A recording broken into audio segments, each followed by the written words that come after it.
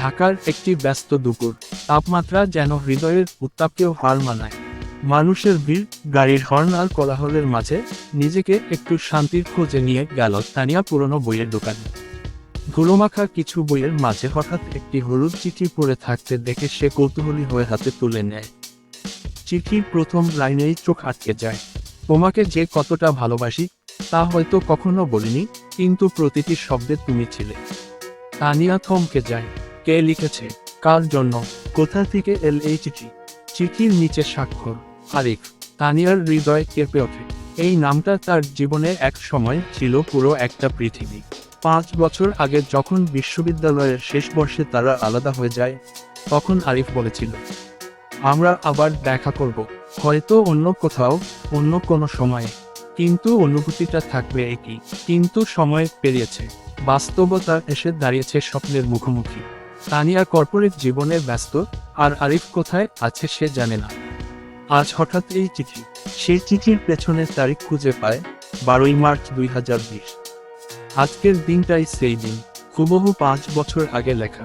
চিঠির নিচে আরেকটা লাইন লেখা, যদি কোনোদিন তুমি এই চিঠি পাও, আমি অপেক্ষায় থাকবো সেই পুরনো কফি শপে, শেষ বিকেলে, ঠিক 5টায়।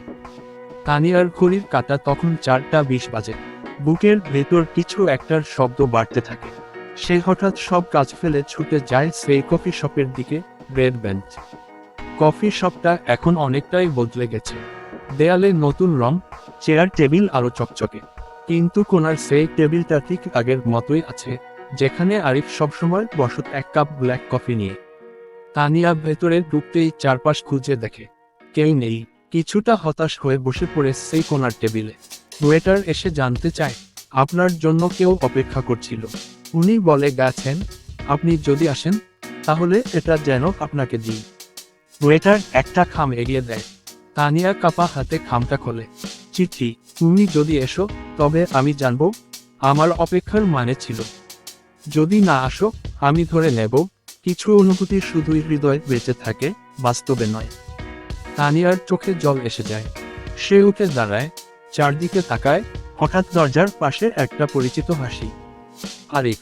ঠিক আগের মতোই, হয়তো একটু পরিণত, একটু ক্লান্ত, কিন্তু চোখে সেই একই কোমলতা। তারা কিছুক্ষণ চুপচাপ তাকিয়ে থাকে একের অপরের দিকে। কারো মুখে কোনো কথা নেই, তবু যেন হাজার শব্দের অনুভব। তানিয়া ধীরে ধীরে বলে, তুমি জানতেও না আমি আজ তোমার চিঠিটা হাতে পেয়েছি। আরিফ হেসে বলে, জানি, কারণ আমি প্রতিদিন ওই বইয়ের দোকানে রেখে আসতাম, একদিন যদি তুমি পাও। তানিয়া হেসে ফেলে, চোখের জল গড়িয়ে পড়ে গাল বেয়ে। আরিফ কাছে এসে বলল, শেষ বিকেলের আলোয় শুধু তোমাকেই চাই, বাকি সময়টা আমরা একসাথে লিখব, যদি তুমি চাও। তানিয়া চুপ করে থাকে কিছুক্ষণ, তারপর হাতটা বাড়িয়ে দেয় আরিফের দিকে। শেষ বিকেলের সূর্য ঠিক তখনই ডুবে যাচ্ছিল। আরিফ আর তানিয়া একসাথে হেঁটে বেরিয়ে যায় নতুন এক গল্পের শুরুতে।